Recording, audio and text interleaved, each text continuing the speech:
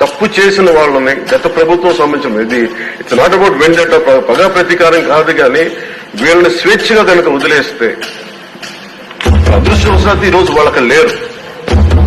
వాళ్ళ కనుక ఉండుంటే వాళ్ళకి నిజంగా వాళ్ళకి సమాధానం చెప్పాల్సిన పరిస్థితి ఉండేది.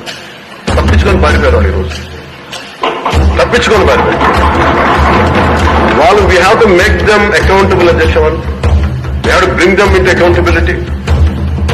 They have to be penalised.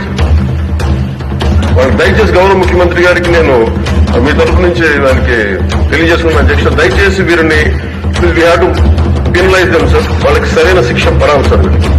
తప్పించుకోవడానికి కుదరదు సార్. ఎందుకంటే రేపు పొద్దున ఒక ట్రాఫిక్ కానిస్టేబుల్ బలం ఇవ్వాలి అంటే ఆపగలమంటే వాళ్ళు ఏమంటారు సార్ లోపల. నేను చిన్నపాటి కానిస్టేబుల్ అయితే నాకేమనిపిస్తుంది, మీరు పెద్దోళ్ళు అయితే వదిలేస్తారు, మమ్మల్ని అయితే పట్టుకుంటారంటారు.